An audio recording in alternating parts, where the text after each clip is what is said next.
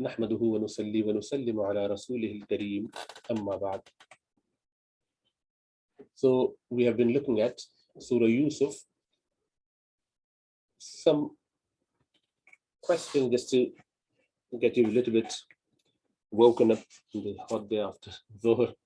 What was the name of the person who brought Yusuf alayhi salam, who bought in Egypt? So who bought him when the caravan brought him to Egypt? What was his job? How much did he pay for Yusuf alayhi salam? What was the name of the king of Egypt? What was the name of the wife of Aziz? And how old was Yusuf alayhi salam when the wife of Aziz and Misr tried to seduce him? What was the Burhan shown to Yusuf alayhi salam when the wife of Aziz seduced him? Okay, so Yusuf alayhi salam is now in prison. Oh, sorry, he's now in Egypt when the caravan took him out of the well. And some of the brothers followed the caravan when they saw, because they were keeping an eye to know what's happening, just get the outcome, because the curiosity is there and has to be. Anyway, so when they found, they said, oh, actually, there's someone who was our slave. He's a runaway slave. And, they said, okay, if that's the case, can you just sell it for us? He said, okay, for 20 dirhams. And then and they said that he runs away very quickly. That's his, because they questioned why you were asking for that little meager amount for this beautiful slave. It's all because his tendency to run away. He's abiq, like he wouldn't stay at one place. So we just fed up with this. So make sure that you don't do that. When they actually saw him in Egypt in the market, they realized how significant and how important he was. Very intelligent, very eloquent, very beautiful, fantastic manners, nice and clean. He was just par excellence, as you could imagine. So the Potiphar, or Itfir, according to some, Itfir, he was the financial minister of Egypt. He bought him for the highest ever price. There was an auction for him. What he said, his weight worth of gold, musk and silver. That's a lot. So according to Ibn Kathir, this is what happened. This is how Yusuf alayhi salam was actually sold. But what the brothers have done, they did not value the worth of Yusuf alayhi salam. And it can happen when we live among ourselves, we perhaps don't understand the value of each other. It happens a lot between siblings, between spouses, even with parents. The children do not recognize the value and do not appreciate it. And sometimes it is good to just leave and then have some time off to see what people will think when you're not there.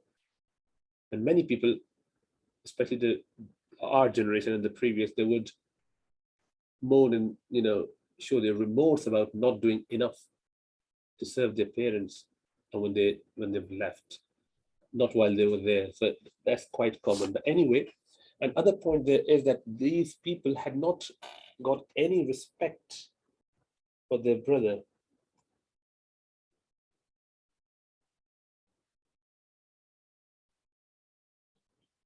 So this is one of the saying. So someone who's really sensible enough to understand the value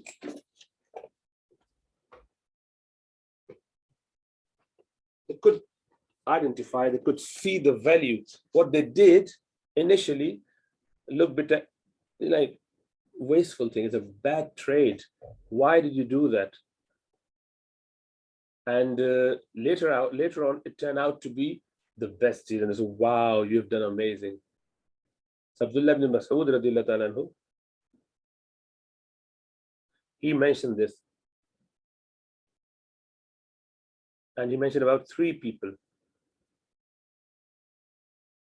So physiognomist is a person who is supposedly able to see something deeper just by looking at the character, sometimes by appearance of the individual, sometimes by talking to them, and they realize the true worth of that individual when outwardly people say, you know what, this is not What you should be buying? You are making a, you know, bad trade here. And that person said, don't worry, I know better. Well, he doesn't say stay quiet. So Aziz and Misr, the takfir, he actually, when he discovered the inner excellence of Yusuf alayhi salam from his outer appearance and gave those instructions to his wife, is amazing. Yeah. What was the instruction we come to in a minute. Likewise, the daughter of Shu'aib alayhi salam, they were just having a chit chat with the parents, with the father specifically, about Sayyidina Musa alayhi salam. I hope you understand the story. If not, then let me just relate it quickly so that you understand what they're mentioning here. Is this what happens in the Musa alayhi salam when he accidentally punched this man who was from the Coptic, from the local people, from the people of Fir'aun, and he was having a fight with one of the Bani Israels, one of the family or from the tribe of Musa alayhi salam himself. So this man, when he saw Musa alayhi salam, he said, "Oh Musa, please help me against this man. He's oppressing me." Musa alayhi salam then, out of anger, punched that man or punched him, and that one, punch was enough, and then the man died. And obviously the next day he had similar episode, but he found that same man from Bani Israel was asking for help against someone else. And Musa alayhi salam realized that he actually is a bad person himself. But obviously he wasn't a prophet then, very righteous man, but not prophet, not given the prophethood yet. So he felt quite upset about that, and he asked Allah subhanahu wa ta'ala for forgiveness. And then he moved on. He was a Muslim, obviously. Anyway, so then he left the place because Fir'aun, sent his army against him to be caught.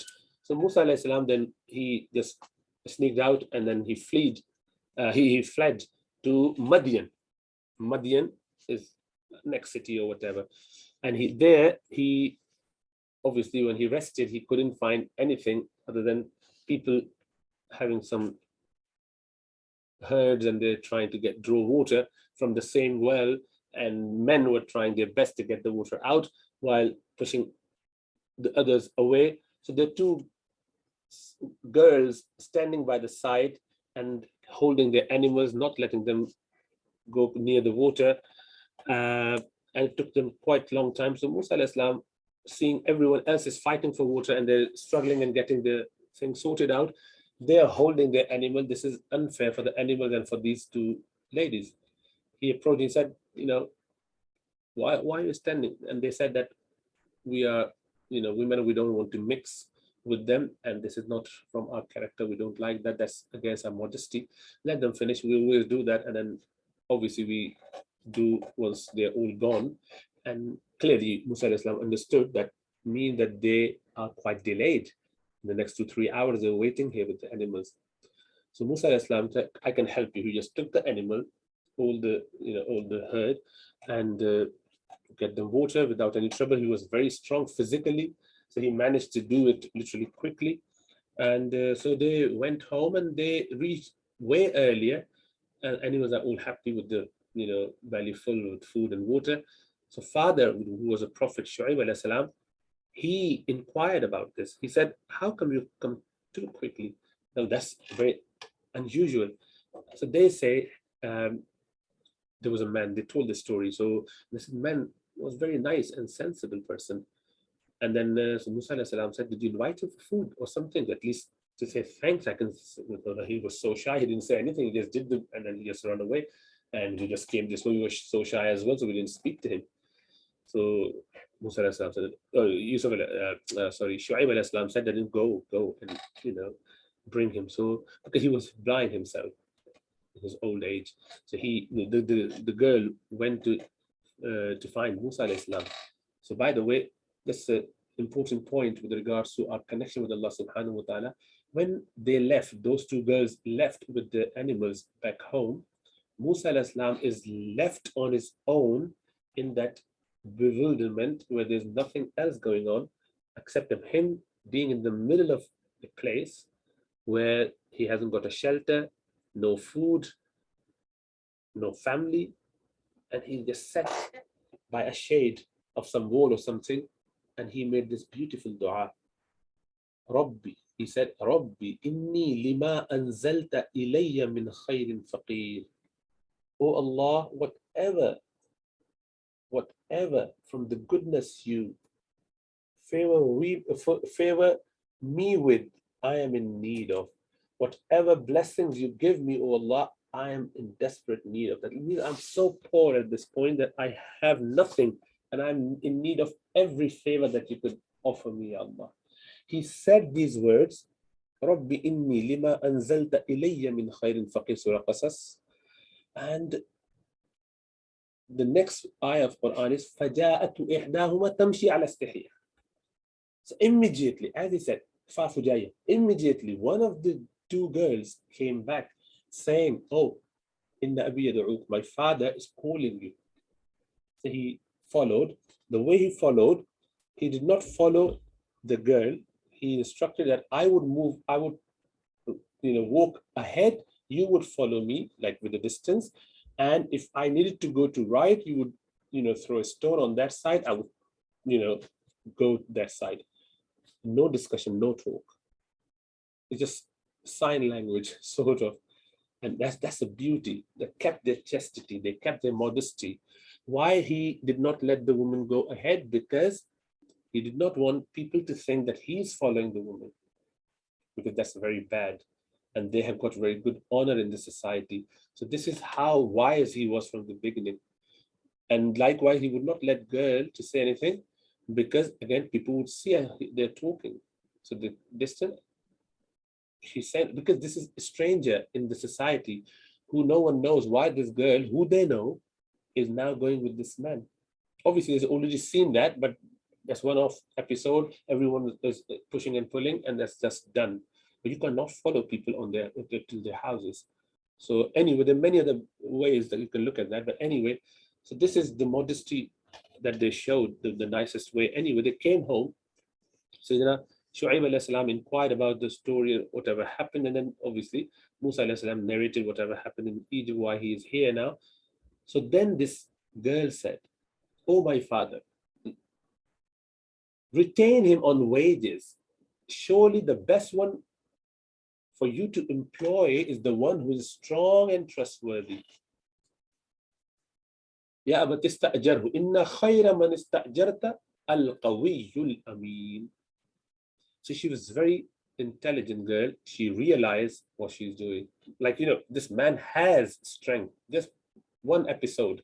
And he's trustworthy, physically able to do the job. He has done a fantastic job. And he's trustworthy, not trying to, seduce, not trying to say anything which is not modest, or even trying to communicate for no reason, just getting like, a bit of a soft corner somewhere. No, mashallah, very clear, upright, mashallah. And the third person is Abu Bakr Siddiq radiallahu ta'ala, who chose Umar radiallahu ta'ala to be his Khalifa after Rasulullah sallallahu alaihi wasallam, obviously. So where people were a bit concerned, some of them actually raised this concern. They said, oh Abu Bakr, how come you're appointing Umar as Khalifa when you know that he's strict and people are scared of him? So he would use this, and we might not be able to say things to him which we think is appropriate because of the fear that we would have for him.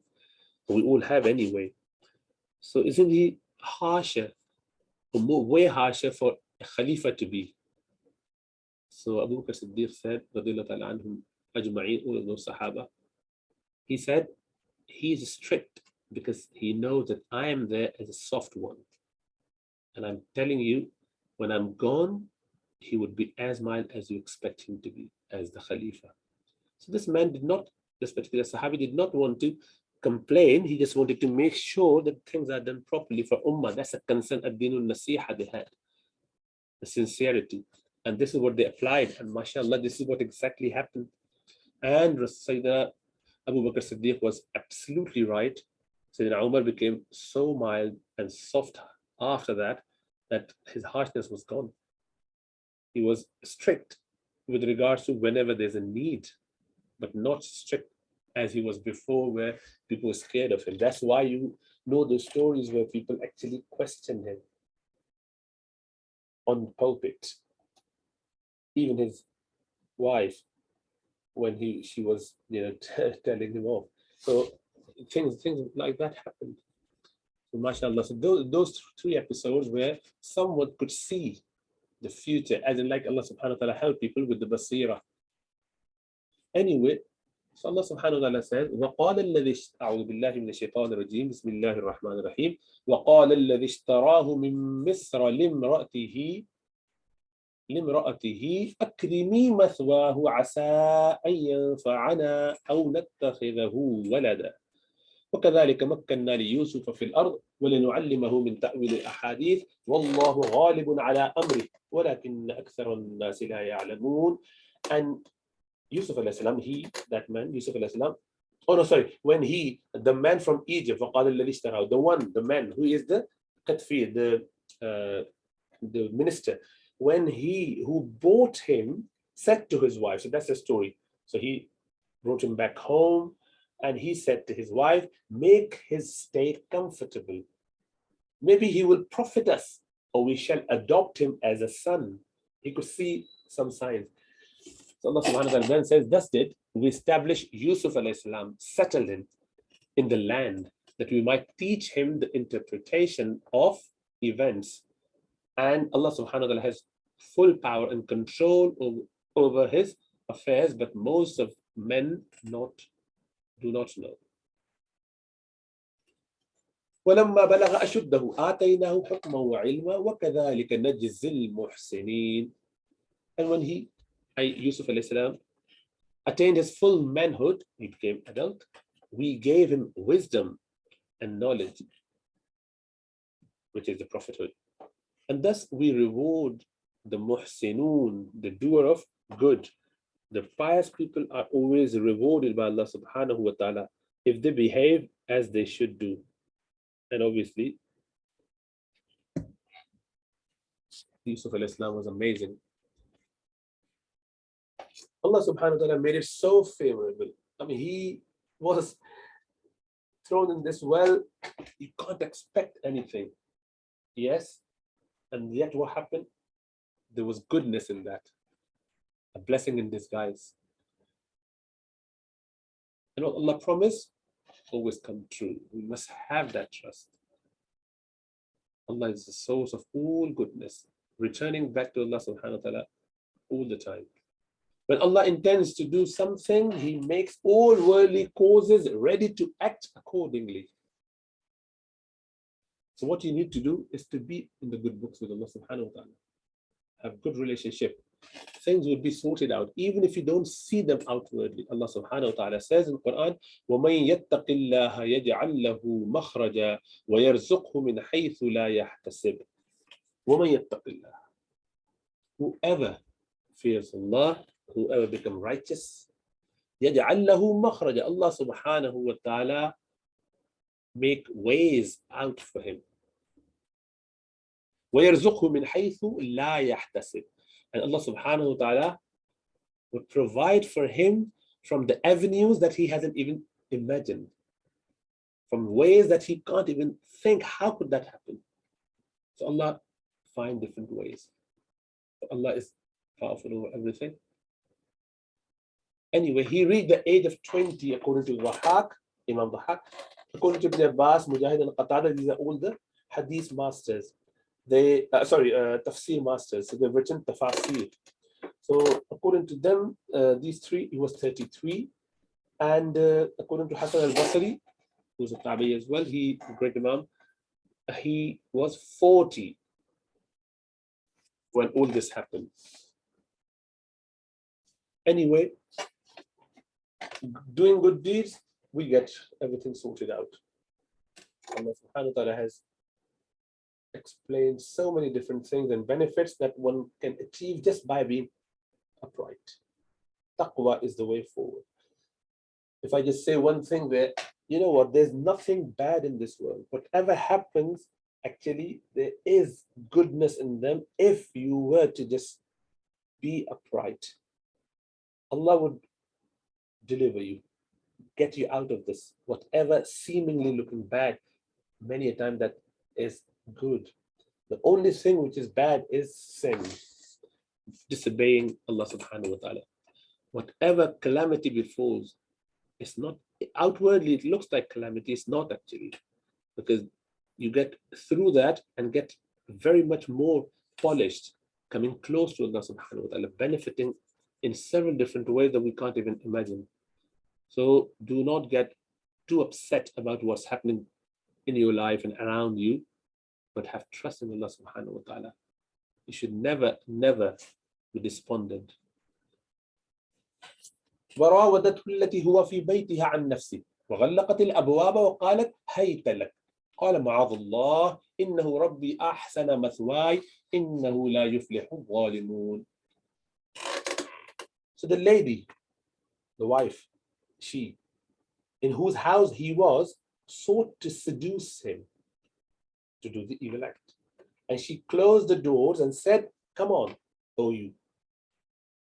He said, I seek refuge in Allah. Truly, your husband is my master. He is my master. He made me living in a great comfort. So I will never betray him. Verily, the wrongdoers and the evildoers will never be successful. Now, let's go back a little bit to have a bit of idea about this story, which you all know. But inshallah ta'ala, there is some benefit in it to just have a bit of. So she, when Sayyidina Yusuf alayhi salam grew up into a very handsome, beautiful man, and she's the one who obviously looked after from early on in the palace. One day she got him in the room, asked him to help, as he would normally do in cleaning or whatever. He asked, called for him. He came in, and she closed the door, got the maid servants to close the door, and the door was closed behind him with locks and locks and locks, like a few doors were all being locked. According to some narration, possibly 7 different doors, one after the other. So she was really in the inner chamber of the house. And man was out, the husband was out on some expedition. And when she tried that, attempted to seduce him, first thing he said was, Ma'adallah, I seek Allah's refuge. He did not trust himself. He didn't say, you are bad. He didn't pass comments of any sort. The first thing was that I seek Allah's refuge. Oh, Allah, protect me. And then he did not stop there. He could have just gone in sajda. He could have just stayed there and made dua. No. He knew the door is closed and I can't open it. It's locked from outside. It's chained from outside, whichever mechanism they use to lock it. He knew that. But what did he do? Did he stop there? So since it's not my control, what can I know? He said, Ma'adallah, Ma'adallah. He got connected to Allah subhanahu wa ta'ala and ran towards the doors. He rushed towards the doors. And Allah subhanahu wa ta'ala miraculously for him opened all those doors. He kept running and doors kept opening. What it suggests that you have to act. Whatever is in your capacity, you do it. You don't say, you know what, I can't understand all of that, let me just stop it. Oh, I missed my 2 lessons, let me just stop doing it. Oh, it was too hard, leave that. I've been doing it for many years, many months, it's not making any sense. You know what, perhaps I'm dumb. I can't do it. I don't have appetite. I don't have, I want to do it, but you know what, what's the point? Anything, even the worldly thing, whatever thing that you want to do, you never ever give up on the action. They must act and then do the job, to the point that Rasulullah sallallahu alaihi wasallam actually told us when the Dajjal comes out, when he literally appears and it's known that he's doing all the corruption, everything, and people are scared and they're doing whatever, trying to save their faith. Even then, Rasulullah sallallahu alaihi wasallam said, if you heard the news while you're planting a seed, continue to do so. Don't panic. Do the job that you were supposed to do. Whatever good, rightful function you're supposed to do and you're doing it, that task, carry on and then move on. And then go to wherever you could seek any shelter. But don't panic and don't stop doing things because you think, you know what, I wanted to, so during a few days, and then I can't, man, can't be bothered. Don't do that. Anyway, he did that and he started running towards the door. Allah subhanahu wa ta'ala made it very easy. Now you imagine, Zulaykha was the name of the lady. She was very beautiful. I mean, she was really one of the best ladies in the society. And she had a lot of, sort of compassion. So Yusuf alayhi salam must have looked at her for the last 2-3 years, however long it took him to come to puberty. He must have seen how much honor I've been given in this house. They've literally supported me. So I'm in a way quite inundated with the favors that they have showered upon me. So for him, it was very difficult to go against. And yet he did what was supposed to be done. Many a time we feel shy. Oh my goodness. Even just shaking hands with opposite gender, which we know as Muslims we are not supposed to, without can't upset someone. We even gently say, Jazakallah khair, oh whatever, thanks a lot, but I don't shake, especially in COVID. COVID has helped in that way. You can just say that I don't shake. We don't need to shy away. And I work in the hospital and I know no one get upset if you say that I don't shake. They do not mind, but we feel weak. We feel like, under pressure to do that. Very gently tell them, inshallah, and they will learn. May Allah make it easy. Anyway, so this is what happened. And he looked at all the facts around it. So this is initial discussion. And he said, I cannot betray the trust. Amazing. So all tests Allah subhanahu wa ta'ala put any Muslim, any of his servants under, is there to just literally elevate their status even further. Allah only wants to help us.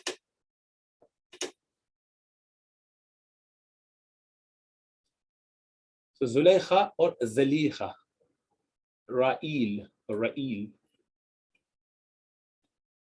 People can go that low. That's another thing. You are now using and abusing your power. You know the person is vulnerable. And I've been raising and I'm keeping an eye on that. And despite me being married, I'm looking into some other, illicit relationship. That's very, very bad. Men do that. Women do that. We all fall prey to our base desires. We need to seek refuge in Allah subhanahu wa ta'ala. Look at Yusuf alayhi salam. And by the way, he's not a prophet yet, although he will be, but at this point, he is young.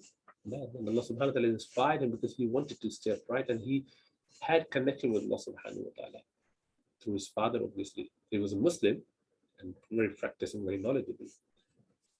Again, his fantastic protection. He didn't stop making dua. He didn't stop working. Some people think you don't need to make dua, you do the action first. No, you do both. In fact, before action, you do the dua. That's the way. You do both. There's no dichotomy. And some people actually say, what's the point if there was some car breakdown, would you make dua to sort it out? Well, actually, yes. And then you get the person to sort it out. Rasulullah sallallahu alaihi wasallam said, even for my shoelace when it's torn, I ask Allah subhanahu wa ta'ala to help me with that. And obviously, he does his job. He would tie it. But asking Allah subhanahu wa ta'ala for help does not mean that you do not take any measures. You have to do that, but you do connect to Allah subhanahu wa ta'ala, because with Allah's leave, things would work. With Allah's allowance, that particular thing would work. Otherwise, these, asbab, they're only asbab. They're only, ways to sort it out. They're not the mean. They're only the means, not the actual action which is done by Allah subhanahu wa ta'ala. Even to bad person or someone who you think is doing something haram, one should try and give them good advice. Hopefully they would learn. And how it could be very tempting for people, but even then. So he said, when I acknowledge the favors of my master, so should you, as the favors of your husband, You should acknowledge that. This is what he's implying. He said, "Innahu Rabbi ahsana maswaya." He's my Lord. He's he's like my master who raised me and helped me. He's been good to me. How could I do something that bad to him in his absence? So hinting to the point, oh Zaliha, don't you see? You have achieved a lot of goodness in this world through your husband. And why are you coming into this mess? What do you want? And why do you want that? When you should be thanking Allah subhanahu wa ta'ala, obviously, hinting to thank your master as well, your husband in this case. The use of words that resemble or arouse suspicion of shirk has been prohibited in the Sharia of Islam. Let no slave call his master his Rabb, and let no master call his slave his abd or servant. This is a hadith in Sahih Muslim. But this was not the case with Yusuf al-Islam in his Sharia. So what I'm trying to hint here is the fact Yusuf al-Islam said, "Innahu Rabbi ahsana maswaya." He said, my Rabb. Rabb literally means someone who nurtures or looks after you. So your father is your Rabb. As a lady, your mother, the lady of the house is called Rabbatul Bayt. Man is called Rabbul Bayt, Rabbul Manzil. The one who does the tarbiyah, the one who sort the affairs out of a place is called Rabb of that place, Rabb.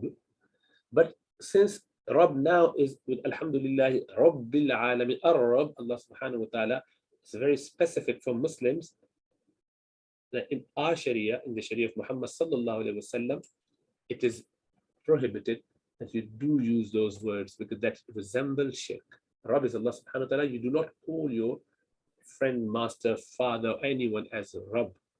That's why Rasulullah sallallahu alaihi wasallam mentioned, even not to your slave, don't call them that you are their Rabb. Okay, but don't call your slave as Abd. Because Abd means slave, but it goes with Allah subhanahu wa ta'ala. Okay. And in our Sharia, obviously, but their Sharia was different. So what is Sharia then? Sharia, Shara, which something, a path actually. What it means is a path that takes you to the water. So the goal you want to achieve. So this is the path that you can achieve through.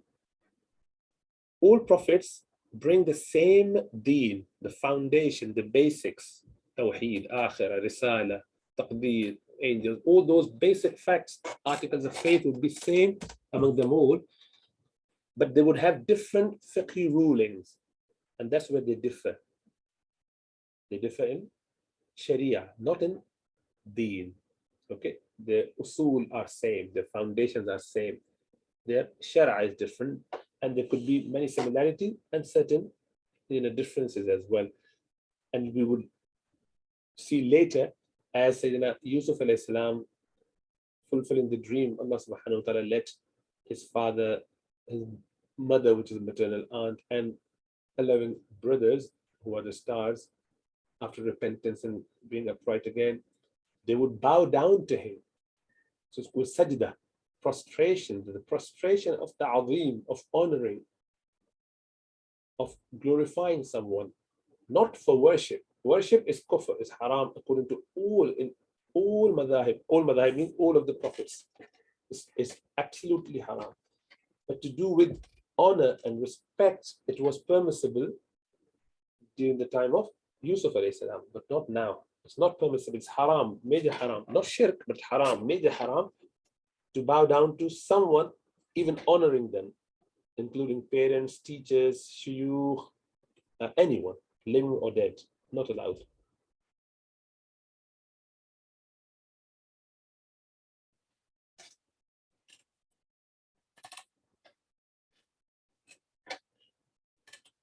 Okay, inshallah, let me see how much of this particular one is.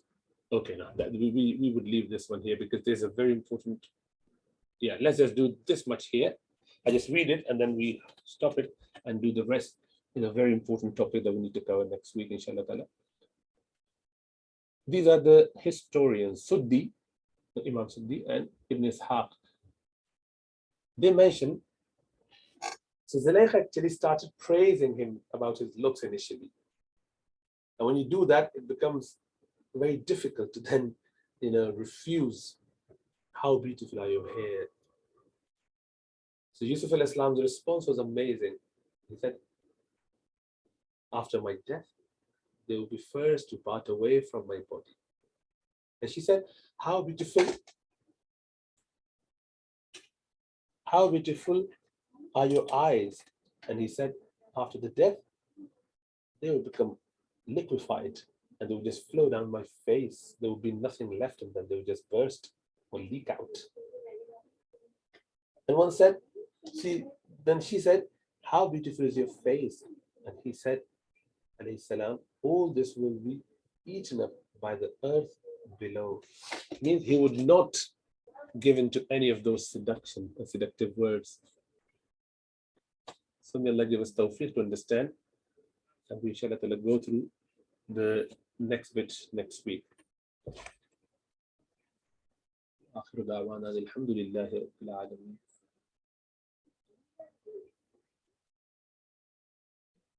And